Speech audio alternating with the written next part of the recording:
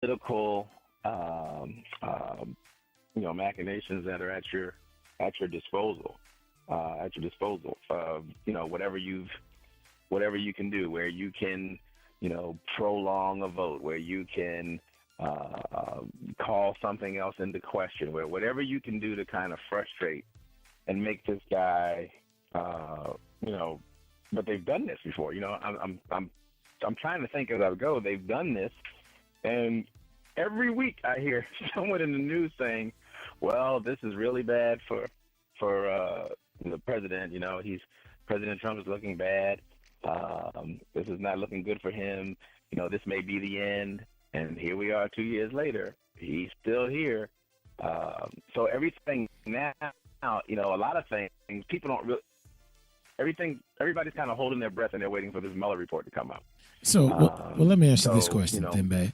So, do you think that, and this is sort of the 900-pound gorilla, do you think that if the tables were turned, let's go back in time about 4 years ago, or let's say 6 years ago, and we had President Obama in office, do you think that the communities that really supported him would have just followed him as Trump supporters are supporting him right now? I mean, just blindly following him.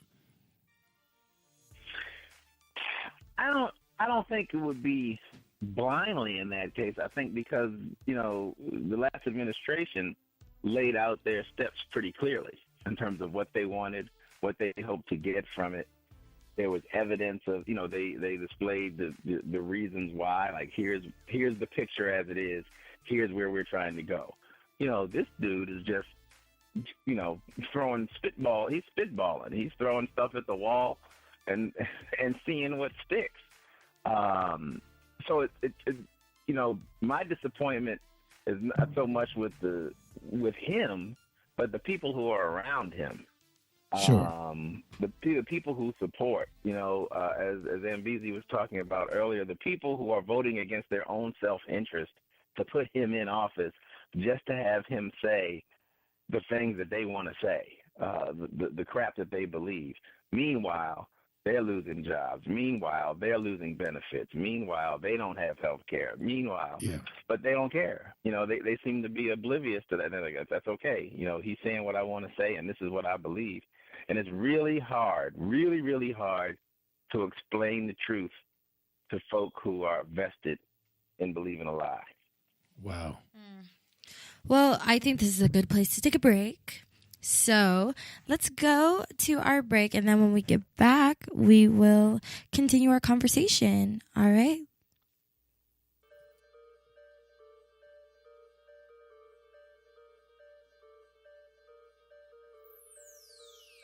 You're listening to Straight No Chaser. We'll be right back.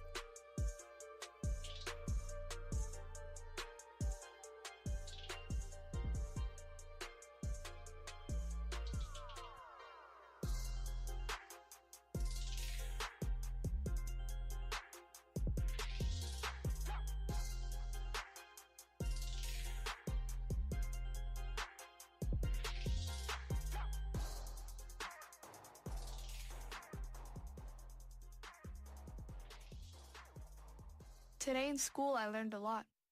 In chemistry, I learned that no one likes me. In English, I learned that I'm disgusting. And in physics, I learned that I'm a loser. Today in school, I learned that I'm ugly and useless. And in gym, I learned that I'm pathetic and a joke. In history, I learned that I'm trash. Today in school, I learned that I have no friends. In English, I learned that I make people sick. And at lunch, I learned that I sit on my own because I smell. In chemistry, I learned that no one likes me. In biology, I learned that I'm fat and stupid. And in math, I learned that I'm trash. The only thing I didn't learn in school today? The only thing I didn't learn today. The only thing I didn't learn is why no one ever helps. Kids witness bullying every day. They want to help, but they don't know how. Teach them how to stop bullying and be more than a bystander at stopbullying.gov. A message from the Ad Council. The path to happiness is not the easy one. but taking drugs will not make it easier.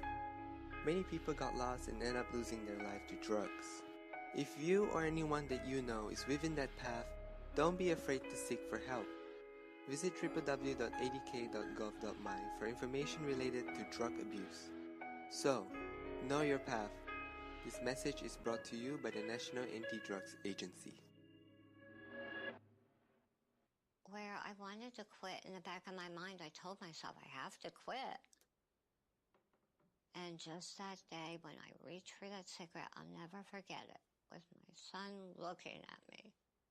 And it was like a bolt of lightning hit me, where I finally realized the big picture of what year after year and cigarette after cigarette had done.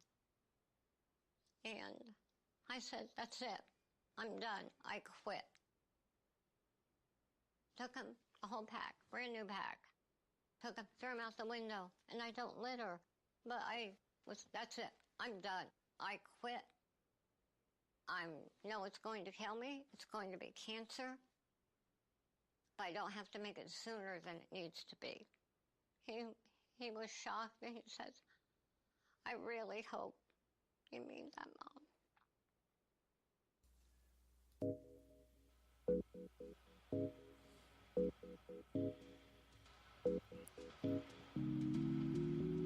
You're listening to Straight No Chaser.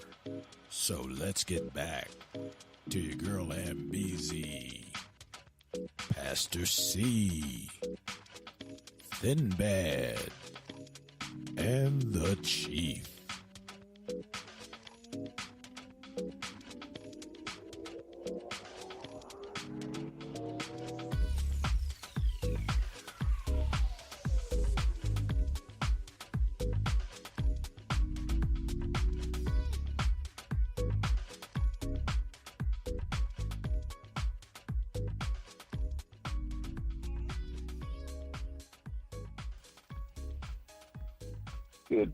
Good people. We are back from the break. If you're just joining us, we are talking about things that everyone's watching in the news lately. We were talking about just before the break. We were talking about just kind of some of the ridiculous things that this administration has done.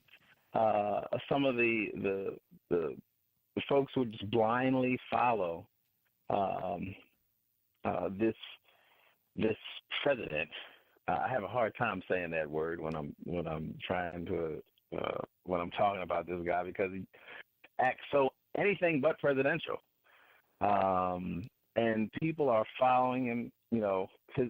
I've never seen anybody follow anybody else so blindly.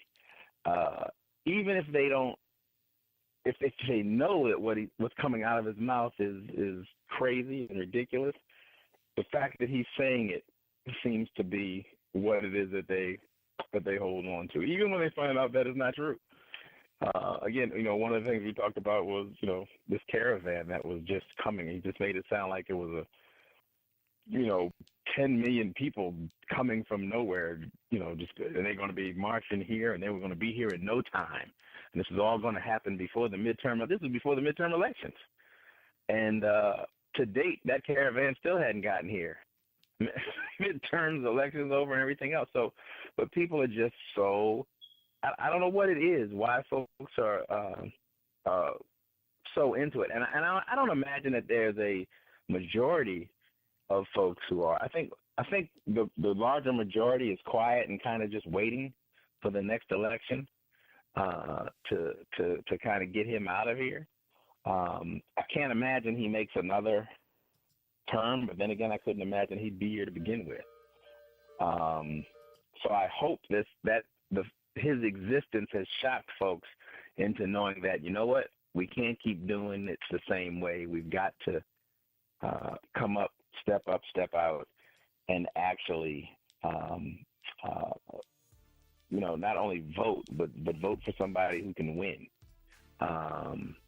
and who can turn this thing around, because it's going to take a whole lot. And I think there are a lot of people who end up leaning that way, who aren't going to lean that way this time.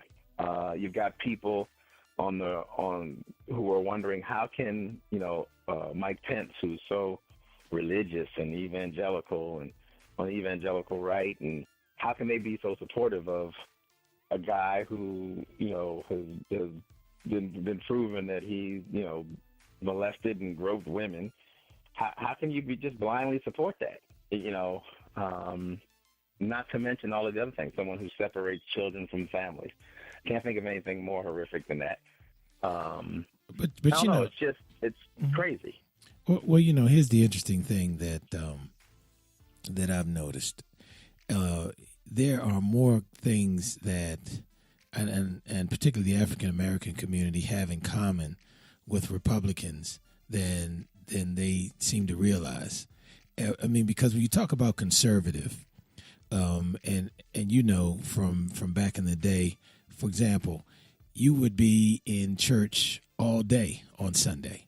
And I'm just starting from some of the obvious things. And when you go around the country and when you hear people talking on television, everyone seems to have that same common theme about, we were in church on Monday, Wednesday, and Friday, and then, Sunday all day, and about the your behavior was a certain way, your dress had to be a certain way, the pastor was the man, and just a lot of things that came out of the church, particularly when you were looking at hot issues now like homosexuality and all those other things that you had some very, very conservative folk, particularly in the South, and with abortion and a lot of things there was that same nexus in terms of conservatism.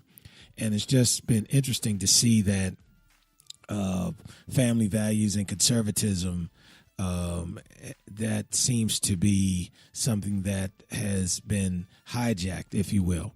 Now, I think that certainly, don't get me wrong, there must be tolerance for folks who have different colors, sexual orientations, and so forth. People should be allowed to live their lives and as long as they're obeying the laws and doing good things in the community, that's your business. But I think that there's been such a move to demonize folks who are not drinking all the Kool-Aid. You know what I mean? That it just, you know what I mean? It's almost like if you don't totally believe everything we believe, you're not a patriot, you're not a Christian, you're not conservative. You know what I mean?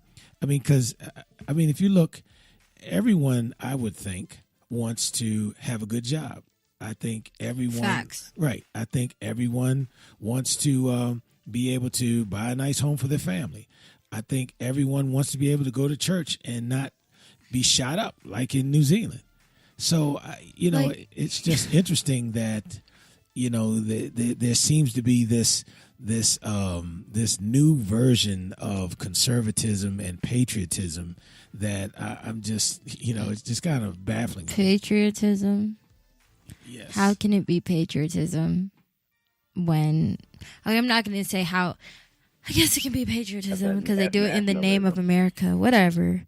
But shoot, don't get me started on here because it's honestly ridiculous. How can you call yourself a patriot when you are siding with somebody who is inciting hate within the country in which you reside and claim you live? That's not patriotism. That's you using patriotism in order to indirectly see what you want, which is apparently what? Because patriotism means no matter what the circumstances are, I want to see America be one, unite as one, be a unit, etc. That is not patriotism. What we're being shown is not patriotism. It is some extremist bull that they label as patriotism. Well, William just shared a thought with us on the chat. And William said that I think that most conscientious Republicans are simply voting their wallet, preferring less of their money going towards social programs through taxation, poor white people hold on to the Republican Party and Trump because they see it as their last white hope. What are your thoughts on that then, Bat?